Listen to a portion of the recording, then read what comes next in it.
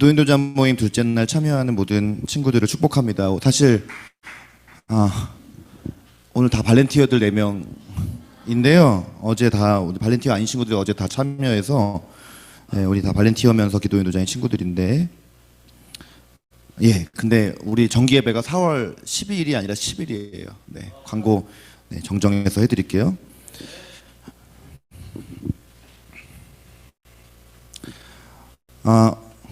이제 새학년 새학기가 시작되었는데 우리 치악고등학교의 원서연 친구가 학교에 입학해서 이제 기도 모임을 시작하게 되었습니다. 여러분의 응원과 기도를 부탁드리고요. 또 한 가지는 다윗세대 제자훈련 20기에 지금 13명의 청소년 친구들이 훈련을 받고 있는데 4월 3일에 학교 생활 강의를 하면서 기도 모임의 시작과 참여를 권면하고 도전하는 시간을 갖게 됩니다. 이 친구들이 다니는 학교 중에 모임이 없는 학교는 삼육고, 상지여중, 원주중, 횡성중 이렇게 4개의 학교가 있습니다. 이번 계기로 이 친구들이 마음에 하나님께서 주시는 감동을 받아서 모임을 시작할 수 있도록, 그리고 이를 위해 준비하고 있는 다윗세대 캠퍼스팀 간사님들을 위해서 이들에게 지혜와 은혜를 주시도록 기도를 부탁드립니다.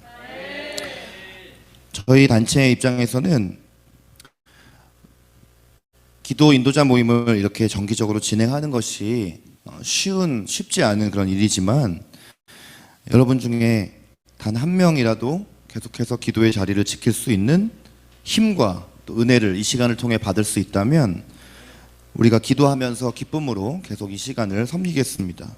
여러분이 혼자 기도의 자리를 지킨다는 것은 쉽지 않은 일이지만, 먼저는 여러분 안에 기도할 마음이 식지 않도록 지속적으로 하나님의 은혜를 공급받기를 바라고, 또 이 시간을 통해 다른 우리 학교의 기도 인도자들이나 우리 간사님들과 함께 잘 연합되어 있기를 축복합니다. 전도서 4장 12절 말씀에 보니까 한 사람이면 패하겠거니와 두 사람이면 맞설 수 있나니 세 겹줄은 쉽게 끊어지지 아니하느니라, 이런 말씀이 있어요. 한 사람, 아주 약한 힘을 가진 한 사람이 아니라 두세 명이 함께 주님의 이름으로 모인 곳에는 쉽게 끊어지지 않는 승리의 비결이 담겨 있다고 말씀하고 계세요. 여러분, 한 달에 한 번 있는 이 기도 인도자 모임과 정기 예배에 여러분은 발렌티어니까 모임에 참여하고 계시니까 잘 참여해 주시기 바랍니다. 오늘 이제 우리 이 설교를 하면서 몇 가지 질문을 함께 우리 스스로에게 던져보면서 시작하려고 합니다. 첫 번째는 지금 코로나19 사회적 거리두기 때문에 집합금지 상황에서 우리가 학교에서 기도 모임을 하고 싶어도 교실에서 수업 받는 것 이외에 따로 이렇게 기도 모임을, 대면 모임을 갖기가 어려운 이런 상황에서 어떻게 우리는 기도 모임을 진행할 수 있을까? 또 온라인 예배, 또 온라인으로 기도 모임 하는 것, 이런 것이 과연 온전한 예배, 온전한 기도 모임이라고 우리는 할 수 있을까? 그리고 마지막 세 번째는 모임을 할 때 한 명, 두 명이 모이더라도 그 모임에 의미가 있지만 더 많은 크리스찬들이 있고 더 함께 기도할 많은 동역자들이 분명히 있을 텐데 우리가 그냥 그들이 참여하도록 기도하며 가만히 기다리고만 있으면 될까? 오늘 이 질문, 이 세 가지 질문에 대한 답을 오늘 이 설교를 통해 찾아갈 수 있는 시간이 되었으면 하는데요. 지금 우리가 팬데믹 상황을 겪으면서 모든 교회, 모든 선교단체가 다 온라인으로 사역을 할 수밖에 없는 그런 상황입니다. 안 하는 것보다는 온라인으로라도 하는 게 낫지, 이런 마음으로 어쩔 수 없이 진행을 하고 있지만, 온라인으로 하는 이런 예배나 기도 모임에 대해서 사람마다 다 각자 다른 생각을 가지고 있어요. 온전한 예배라고 할 수는 없지만 어쩔 수 없으니까 그냥 하는 거지, 이런 생각을 갖는 사람도 있고, 온라인으로 하는 게 무슨 예배야, 그게 무슨 기도 모임이야, 그거는 무조건 오프라인으로 어떤 식으로라도 모여야 돼. 그렇게 하면서 법과 질서를 어기면서 강경하게 모임을 진행하는 사람들도 있습니다. 어떤 생각이 올바른 생각일까? 당연히 이렇게 온라인으로 모이는 것보다 같이 얼굴 보고 실제로 대면 모임 하는 것이 훨씬 낫죠. 우리 신앙의 선배 중에 리처드 백스터라는 청교도 지도자는 위정자가 전염병 감염이나 화재나 전쟁 등의 특별한 이유로 모임을 금지할 때 우리가 어떻게 해야 되느냐, 그 교리 문답서에 이렇게 써 있어요. 더 큰 유익을 위해 교회의 모임을 금한다면 우리는 그것을 의무적으로 잘 따라야 한다. 일상적인 의무는 더 큰 자연적인 의무에 양보해야 하고, 어느 한 주일이나 한 모임을 생략함으로써 더 많은 모임을 얻을 수 있다면 그것이 더 중요하다, 이렇게 가르쳤습니다.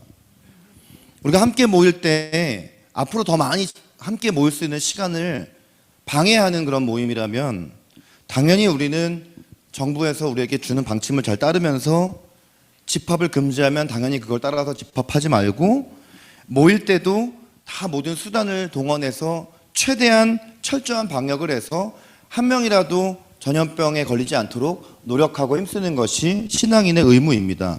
그러나 우리가 염려하고 고민하는 것은 비대면 모임을 지속하게 되면 대면 모임을 하는 것보다 훨씬 더 많은 어려움이 실제로 존재한다는 거예요. 우리 청소년에게 비대면 모임을 한다는 것은 굉장히 어려운 일입니다. 저도 오늘 줌에 들어가서 같이 예배에 참여하는데 오늘은 다 발렌티어 친구들이니까 어제랑 분위기가 완전히 달라요. 다들 막 방에서 일어나서 막 박수치고 손 막 뛰면서 막 찬양을 하는데, 청소년에게 있어서 이 주변 환경에 의한 영향은 굉장히 큽니다. 왜 그러냐 하면 신앙생활하는 데 있어서 은혜 받을 수 있는 분위기와 환경이 중요한 나이예요. 함께 찬양하고 기도하는 여러 친구들이 있을 때 더 자극을 받고, 또 이런 장소에 모여서 우리가 함께 예배할 때도 음악적인 뒷받침, 음향, 조명, 영상 막 이런 여러 가지 환경들이 굉장히 청소년 시기에는 은혜 받는 일에 영향을 많이 줍니다. 그런데 비대면은 이런 것들이 다 없는 상황이에요. 얼마 전에 어느 주일에 수도권에서 청소년 사역을 잘하는 어떤 큰 교회 온라인 청소년부 예배를 이렇게 슬쩍 주일 아침에 제가 이렇게 들어가 봤어요. 찬양팀이 찬양을 하는데 죽을 힘을 다해 찬양을 하더라고요. 목사님이 찬양 인도하면서 막 찬양 인도하는 자기가 막 율동을 막 다 해가면서 막. 근데 이제 가정에서 줌을 켜고 예배하는 친구들 얼굴을 이렇게 거기 화면에 띄워주는데, 억지로 앉아 있으면서 입도 뻥끗도 하지 않고 멍하니 그냥 화면만 쳐다보고 있어요. 다 100% 다. 거기 들어가 있는 30-40명 아이들이 다 100% 그렇게 앉아 있어요. 얼마나 충격을 받았는지 몰라요. 근데 이렇다고 해서 우리가 온라인으로 예배하거나 기도 모임 하는 것이 의미 없다고 생각해 버리고 그냥 지금 이 상황 이대로 내버려 둘 수 있을까? 여러분 중에 많은 기도 인도자 친구들이 모일 수 없는 상황에서 각자의 자리에서 기도의 자리를 지키게 해달라고 이런 기도 제목을 상당히 많은 기도 인도자가 냈어요. 대면 모임을 할 수 없다고 언제까지 그냥 각자의 자리에서 마음을 지키며 기도하는 것으로 우리가 대체할 수 있을까? 결론만 말하면 아니라는 거죠. 무조건 우리가 계속 기도 모임을 지속해야 한다. 왜 우리가 계속 이 기도 모임을 어떤 형태로든 지속을 해야 되냐면, 첫째는 우리의 믿음을 지키기 위해서 지속해야 된다.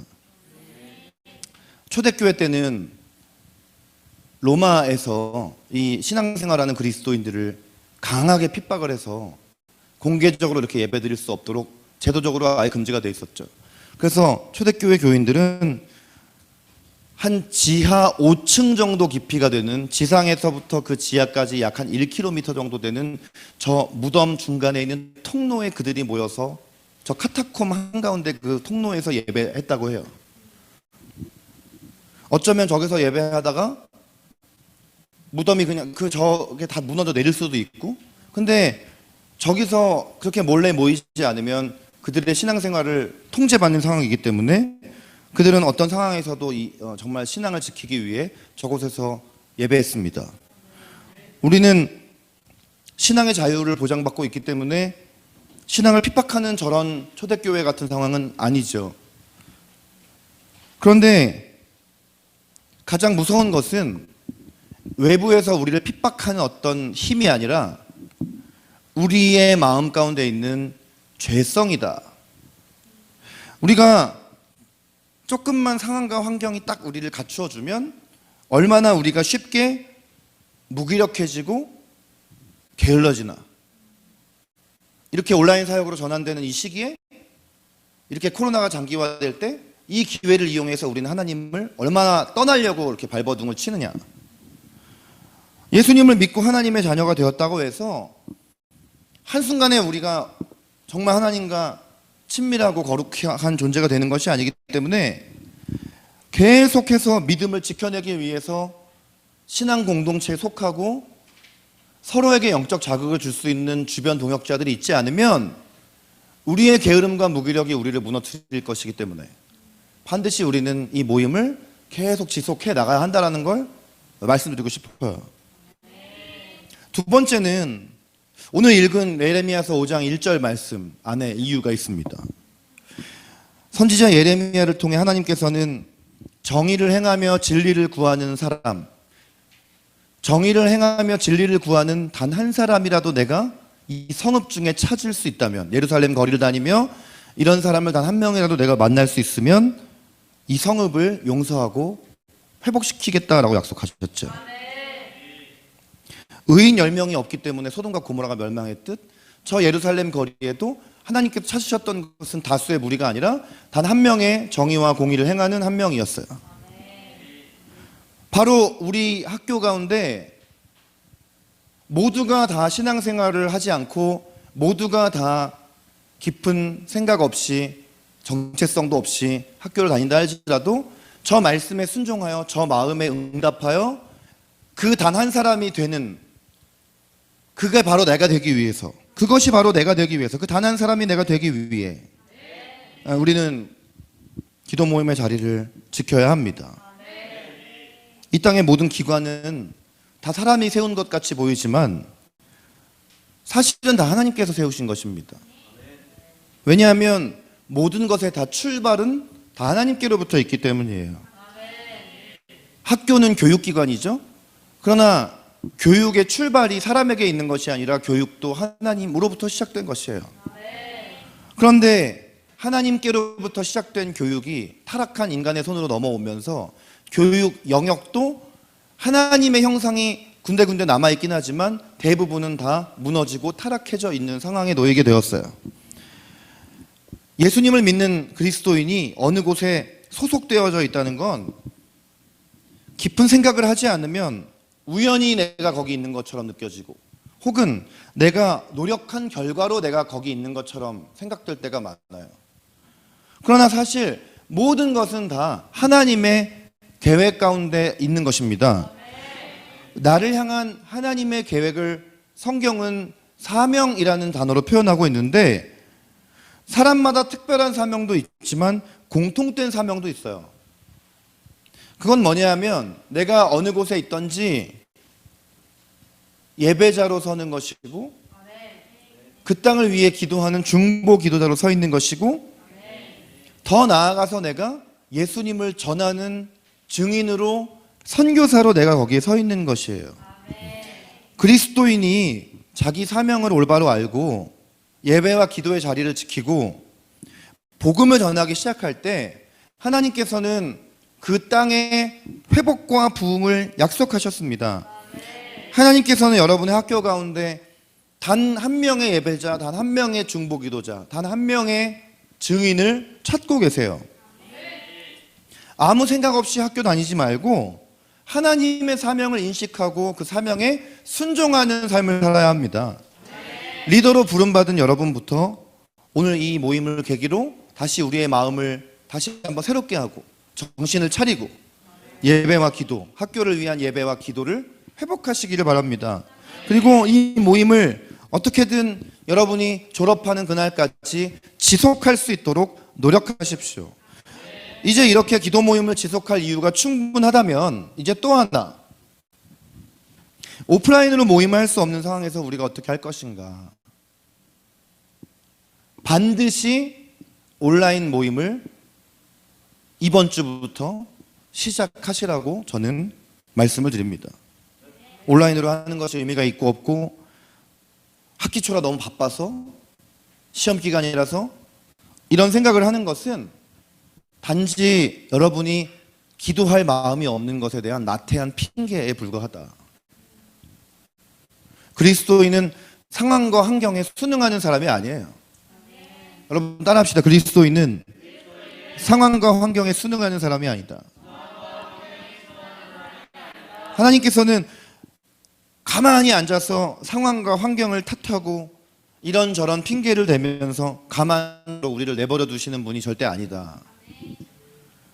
이런 사람은 겉으로는 아무리 신앙인이라고 해도 이런 사람을 부르는 내자의 단어가 뭐죠? 간사님도 어제 얘기했는데.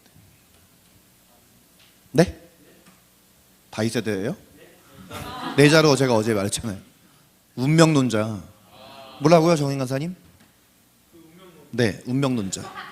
운명론자는 어떤 사람이냐면 그냥 주어진 대로 그냥 살아가는 거예요. 그냥 주어진 대로.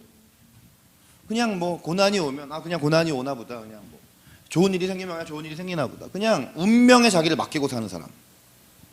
근데 그리스도인은 운명에 자기를 맡기는 사람이 아니잖아요. 다니엘 11장 32절 말씀에 보면 자기의 하나님을 아는 백성은 강하여 용맹을 떨치리라 이렇게 말씀하고 계세요.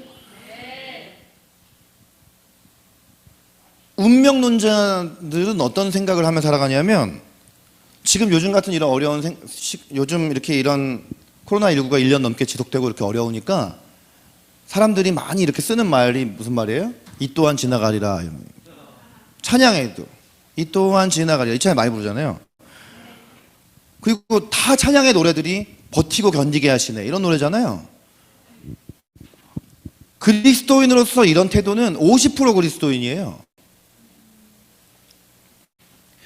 뭐 고난이 온다고 해서 하나님을 떠나지는 않고 그래도 견디고 버틴다니까 하나님을 떠나는 것보단 낫지만 그리스도인이 그냥 버티고 견디고 그냥 운명에 순응하며 살아가는 자인가? 저 말씀에 의하면 상황과 환경에 그냥 주어진 대로 순응하는 것이 아니라 강하여서 용맹을 떨친다라는 건 전혀 다른 의미잖아요. 상황과 환경이 닥치면 나에게 왜 이런 상황과 환경이 닥쳤지? 하나님이 허락하신 것이라면 분명히 이유와 계획이 있을 텐데. 그러면서 역사에 이렇게 흐름을 따라서는 것이 아니라 거슬러 오르면서 내가 새 역사를 만들어내는 사람이 되는 거죠. 그게 하나님의 형상대로 지음받은 하나님의 백성의 특징이죠. 여러분 하나님께서 창조자이지 않습니까? 하나님을 우리가 성경에서는 그분의 정말 창조자라고 하잖아요. 크리에이터잖아요. 무에서 유를 만들어내신 거예요. 혼돈하고 공허한 상태에 하나님의 말씀으로 질서를 부여해 주셨어요. 그리고 그 하나님께서 하나님의 형상대로 우리 한 명 한 명을 만드셨어요. 이 말은 우리에게도 하나님처럼 크리에이티비티, 창조성이 있다는 거예요. 창의성이 우리 안에도 이미 주어져 있다는 거예요. 그러니까 우리가 어떤 상황과 환경이 올 때는 우리 안에는 어떤 능력이 있냐면 그 상황을 하나님의 뜻에 맞게 변혁시킬 수 있는 능력이 우리에게 주어져 있다는 거거든요. 여러분 한 명 한 명은 엄청난 존재입니다. 왜냐하면 여러분 하나님의 형상대로 지음받았고 과거의 죄인이었지만 지금 예수님을 믿고 하나님의 자녀가 되었기 때문에 여러분은 충분히 상황과 환경을 돌파하고 이겨낼 수 있는 능력이 여러분 안에 다 있으세요. 여러분 고린도전서 10장 13절 말씀 보십시오. 사람에게 감당할 시험만을 주신다고 말씀하고 있어요. 시험이 올 때 감당할 수 없는 시험은 주시지 않는다고 합니다. 그리고 시험이 올 때에도 반드시 하나님께서는 우리에게 피할 길을 내주시는 하나님이시래요.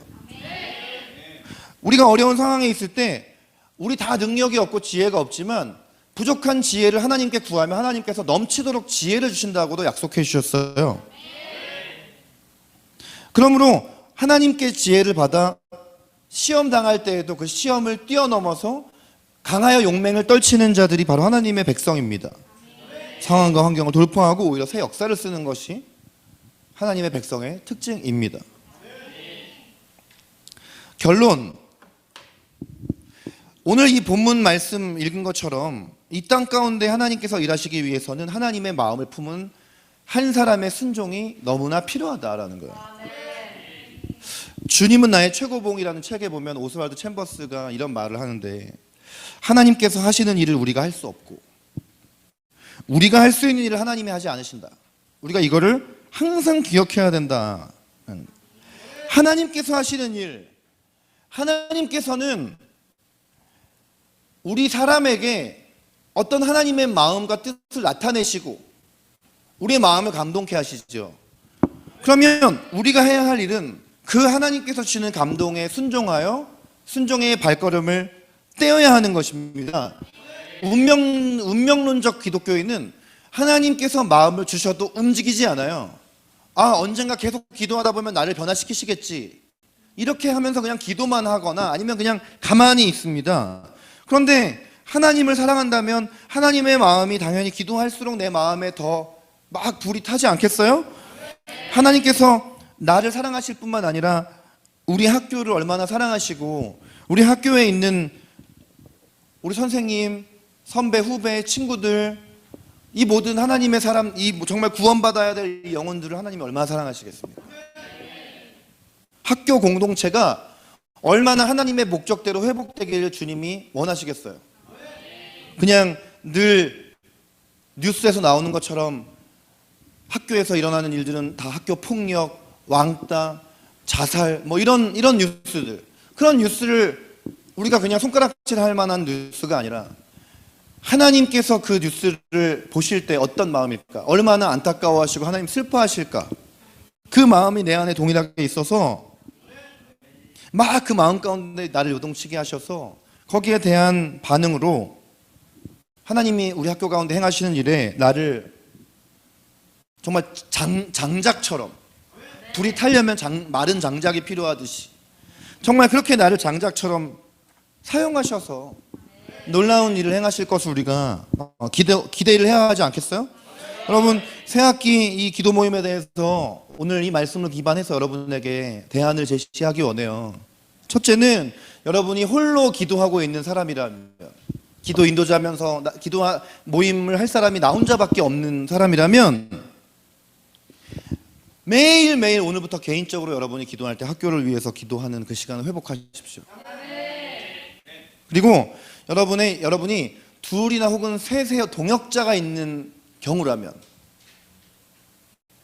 기도 인도자가 2명이라면, 이렇게 재승이 온유처럼, 그러면 오프라인 모임을 할 수 없는 환경 가운데에도 빨리 온라인 플랫폼을 만들어서 당장 이번 주부터 기도 모임을 둘부터라도 시작을 하십시오.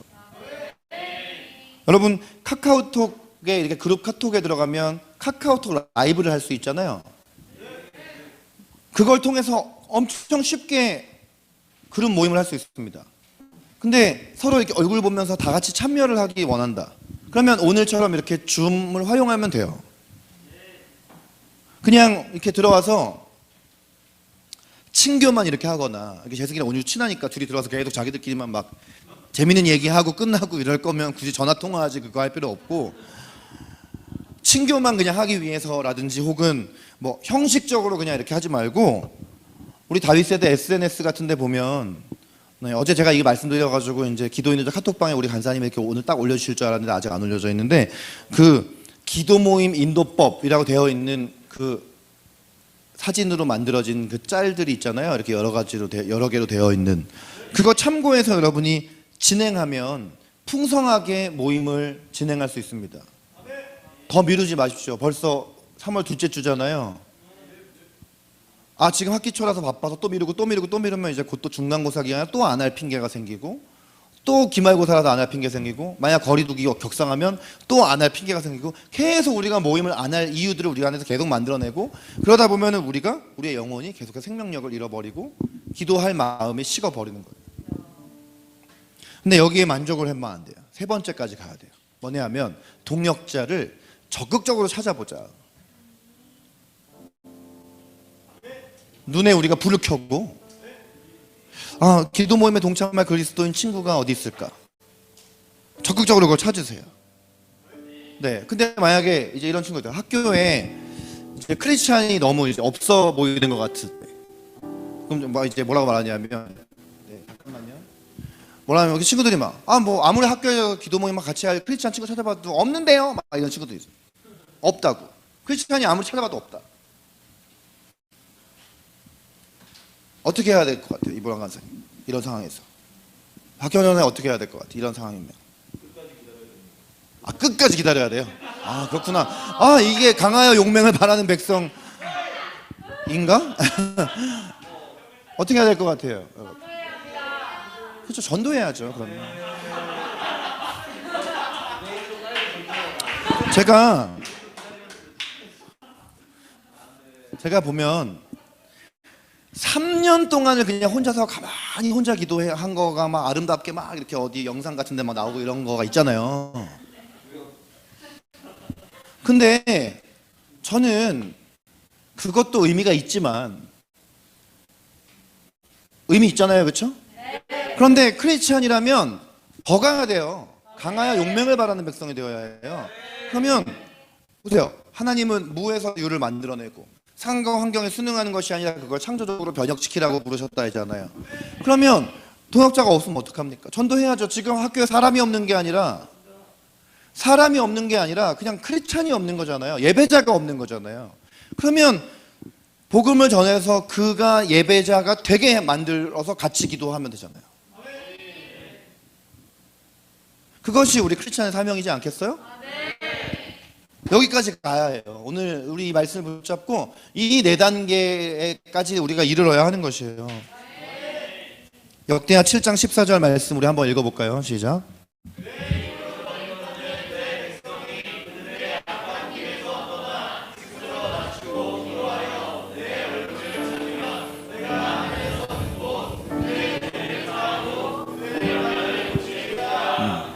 하나님께서 내 이름으로 일컫는 내 백성이, 하나님의 백성이 악한 길에서 떠나 스스로 낮추고 기도할 때, 기도하여 하나님의 얼굴을 찾으면 하늘에서 그 기도를 듣고 죄를 사하고 그들의 땅을 회복시켜 주시겠다, 고쳐주시겠다 약속하셨잖아요. 코로나19 상황에서 백신이나 치료제를 개발하는 사람이 가장 훌륭한 사람이고 그에 의해서 어떤 전 세계 운명이 막 이렇게 막 결정되는 것 같지만, 개발자에게 지혜를 주시는 분도 하나님이시고 하나님께서 한번 일하셔야 이 모든 상황들이 바뀔 수 있는 것인데, 우리는 지금 너무 어려운 상황에 놓이니까 하나님을, 가장 본질인 하나님은 놓치고 하나님이 아닌 다른 것에만 자꾸 지금 이렇게 붙잡으려고 하는, 혹은 그 정도는 아니라 할지라도 왜 하나님이 내가 사는 지금 이 시기에 왜 코로나를 주셨는 거야 대체? 왜 내 나이가 할아버지 할머니 나이도 아니고 이렇게 젊을 때, 그렇죠? 장정희 강사 동감되시죠? 왜 내가 지금 제자 양육 팀장을 하는데 하필 코로나19가 20기 제자 훈련에 온 거야? 이런 마음이 막 들잖아요. 네? 그런데 하나님께서 원하시는 건 그런 마음이 아니라는 거예요. 그거는 운명론자의 생각이라는 거예요. 말씀을 붙들고, 하나님, 지금 나에게 주신 상황이 내가 선택한 상황이 아니라면 하나님의 얼굴을 구할 때 하나님께서 이 상황을 통해서, 이 환경을 통해서 일하실 수 있음을 내가 믿습니다. 그런 마음으로 주님 앞에 다시 한번 기도 모임을 회복하고 일으키고 온라인으로라도 모이면서 주변의 동역자들을 찾고 없으면 복음을 전하고 이렇게 더 적극적으로 더 강하여 용맹을 떨치는 여러분들이 되어야 하지 않겠습니까? 여러분들이 지금 이 모임에 오기 전까지 그렇게 하지 못한 것을 찔리라고 얘기하는 게 아니에요. 하나님은 여러분이 오늘 이 모임에 온 것만으로도 기뻐하시고 여러분은 사랑하십니다. 그러나 오늘 이왕 이 모임에 왔다면 주님의 마음이 어떨지 다시 한번 깊이 묵상하며 오늘 다시 한번 주 앞에 마음을 돌이키고 기도하고 찬양하며 주님 앞에 나아가 부르짖어서 우리 학교 가운데 다시 한번 기도 모임을 일으켜 주시고 어려운 시기 가운데 온라인 모임을 통해서 부흥과 회복을 경험할 수 있게 해달라고, 함께 이 시간 우리가 찬양하고 기도하는 시간 갖기를 원합니다. 자, 여러분 있는 자리 다 일어나십시오. 우리 역대하 7장 14절 말씀에 나의 백성이 다 겸비하여 찬양하면서 하나님 이 땅을 고쳐주시옵소서. 하나님의 백성인 우리가 주님 앞에 죄를 회개하며 주님 앞에 부르짖습니다. 주님 역사하여 주시옵소서. 우리 그런 마음으로 함께 찬양하며 주께 나아가겠습니다.